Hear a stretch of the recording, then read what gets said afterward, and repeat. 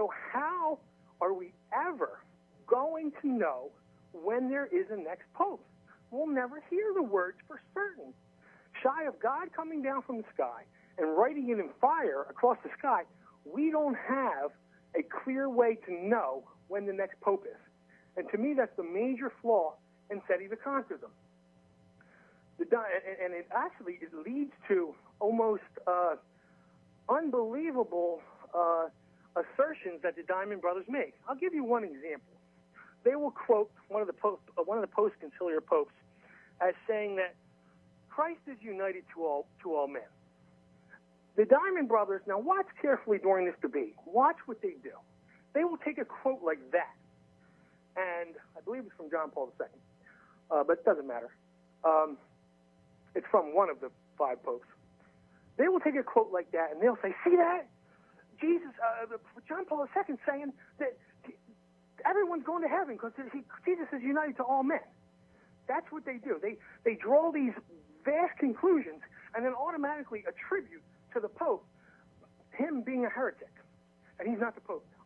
And they'll do this over and over again, even though it's been shown repeatedly. I have 40 pages here from different Catholics that totally disagree with their particular interpretation of these quotes, that you can interpret them different ways. And if their interpretation is correct, we will never know when another pope is elected. We would have a situation in the church today that is unprecedented throughout church history. We've never had another period in Roman Catholicism where not only do you not have a sitting pope for almost 50 years, but you don't have a definitive way to elect another pope. And to me, that is one of the major problems, and that is one of the major problems that I will put forth to them today, see if they can answer that. How much time do I have left? Hello? You have roughly 10 and a half minutes. 10 and a half minutes, okay. One of the other things I'd like to address is some of the, based on their reasoning, you have situations where they come up with, in my opinion, I don't mean to be insulting, crazy arguments. I'll give an example. Sister Lucia. I was reading their website today. Now, I guess they sort of have to do this. And I would ask the audience to please just, I mean, it's almost hard to argue against them because the argument is so absurd that Sister Lucia, who obviously most of you probably know was one of the 3 children that Our Lady of Fatima appeared to, and after Vatican II, she totally accepted the Vatican II Church, totally accepted the Novus Ordo Mass, totally accepted the 5 post-conciliar popes. So what do the Diamond Brothers do? They assert, so this would most likely undercut their argument, because here you have a woman who the Blessed Mother appeared to and told her she was going to go to heaven, being faithful to the post-conciliar church. So what do the Diamond Brothers do? They argue, and very few Sedevacantists actually the most recent debate that Bob St. Genis had with John Lane, he didn't even assert this. He just said that John Lane said that we don't know. That's one of those question marks. But it seems obvious to me, and this is what the Diamond Brothers assert, that Sister Lucia was somehow kidnapped and murdered, and an imposter was put into her place. And they have pictures on their website that show the different faces. And I mean, I've looked at these pictures, and I don't know how you draw the conclusion that it's not her. I mean, is it possible that could have happened? Yeah, sure, absolutely. But it's crazy. That would mean that John the 23rd is a murderer, that he set this up. There's this great conspiracy, that the nuns that she lived with were in on this conspiracy. It's almost, I mean, if you were arguing this in a court of law, would any jury buy this? Sure of DNA evidence, I don't know how you can make the assertion.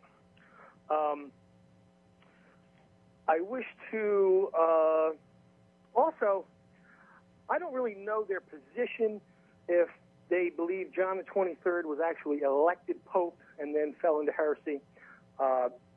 That's something that we can address because I believe that there's different opinions on whether or not the Pope can actually be deposed from heresy.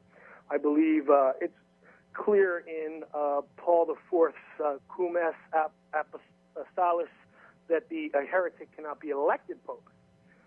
But that does not apply to a sitting Pope. I think even later on in that letter he talks about if a reigning Pope teaches something contrary to the faith or leads you astray, do not follow him.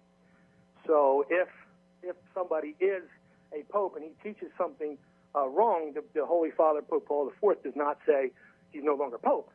He says don't follow him. So that is a whole other thing, but I believe that the Diamond Brothers are going to say that these guys were never elected. So that's something that we can talk about also.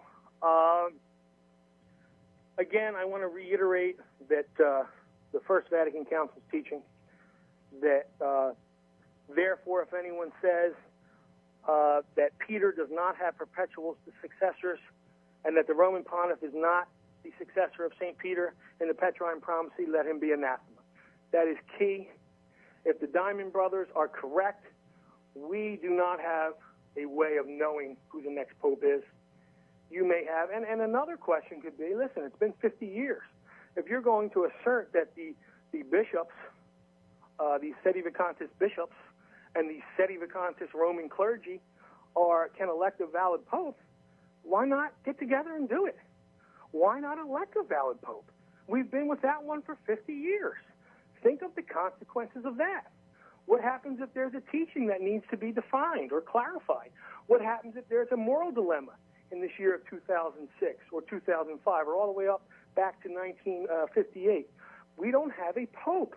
So if the Roman clergy can, which is, in my opinion, they're going to have to prove that that there is some provision that in the state of emergency the Roman clergy can elect the Pope. Not just a theologian's opinion, a papal document, a bull, because remember, not only is the Pope the supreme pontiff in matters of faith and morals, but also on church discipline. And the last Pope, Pius XII, not only set up, but changed the rules slightly in the papal conclave, but reiterated that's the way we elect a Pope. So who is going to overturn that? Who is going to change those rules? That's a serious problem for the Diamond Brothers and the Sedevacantis position. They do not have means to elect another Pope, and therefore we can't have popes in perpetuity, shy of God coming down from the sky and announcing it to the world. And is that something that we would find reasonable? I think not. I think that's all I have. Do I have extra time over? I don't think I have too much more to say. Okay, you have 3 more minutes. You don't want to use it, though? No, that's fine. I think I covered all my points.